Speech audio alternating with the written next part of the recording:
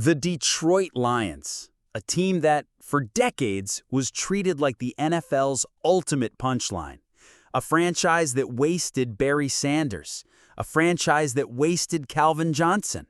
A franchise that lived in the shadow of endless rebuilds, heartbreaks, and ridicule. But fast forward to 2025, and you start to notice something strange.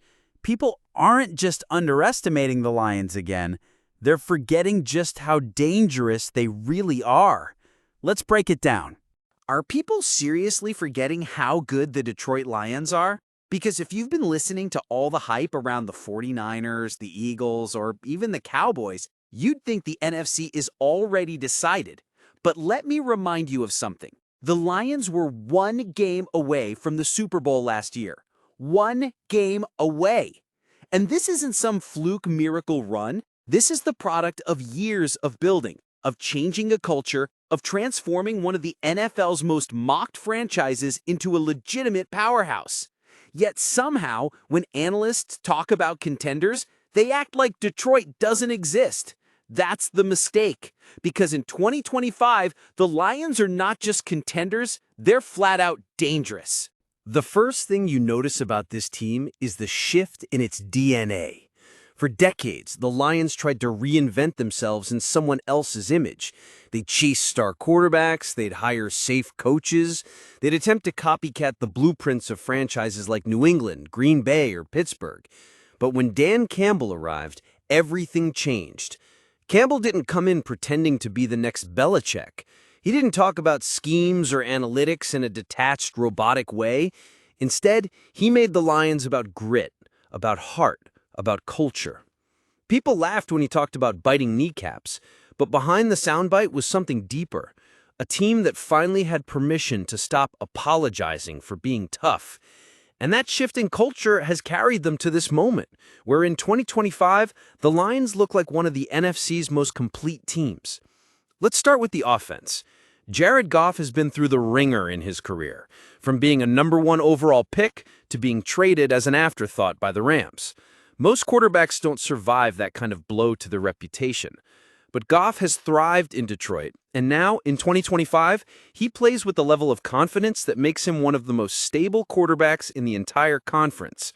What makes Goff special isn't flashy athleticism or deep arm heroics. It's his calm under pressure and his willingness to trust the system around him. He understands the timing, he trusts his protection, and he distributes the football with precision. In a league where quarterbacks too often try to play hero ball, Goff plays the kind of steady, controlled game that keeps the Lions' offense rolling week after week. Of course, every quarterback needs weapons, and Detroit has quietly built one of the most dangerous skill groups in the NFL. Amon-Ra St. Brown has become the ultimate security blanket.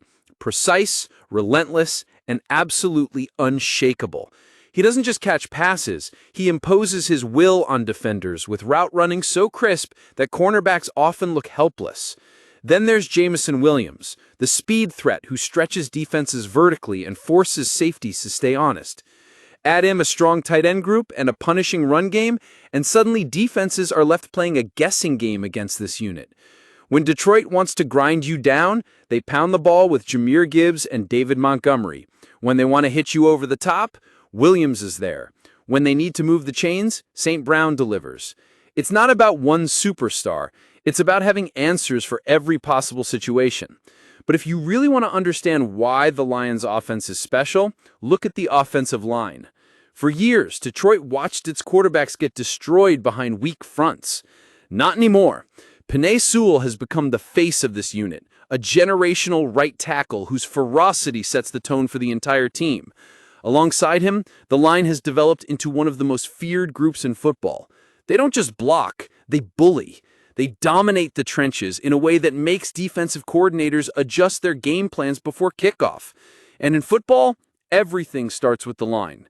This is why Goff looks comfortable, why Gibbs finds running lanes, and why Detroit can dictate the pace of the game. The Lions' offensive line isn't just good, it's the foundation of their rise.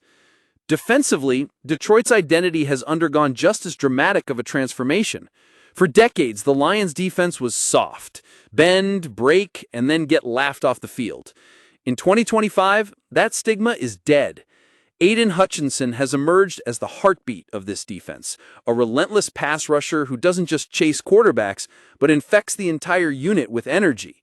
His motor never stops, and that intensity has become contagious. Suddenly, the Lions' defense plays with the same fire Campbell preaches, swarming to the ball, finishing tackles, and playing with pride. Alongside Hutchinson, the Lions have built depth across the front seven, mixing in young players and veterans who fit the system perfectly. But what's maybe most underrated about this team is the growth in the secondary. For years, the Lions' defensive backs were the Achilles heel, giving up back-breaking plays that erased any progress the offense made. Now, Detroit has developed a secondary that plays with discipline and edge. Corners are aggressive, safeties communicate with confidence, and suddenly opponents can't just rely on deep strikes to bail them out. Detroit's defense is not just opportunistic, it's consistent. And that's a terrifying prospect for anyone in the NFC North. And speaking of the North, this is another part of the story people are missing. For decades, the division was ruled by Green Bay and Chicago. The Packers had Favre, then Aaron Rodgers, dominating for 30 years.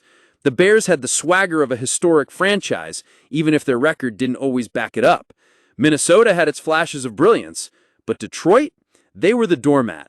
That's no longer the case. The Lions have flipped the script in the NFC North, and suddenly it's Green Bay and Chicago who are scrambling to keep up.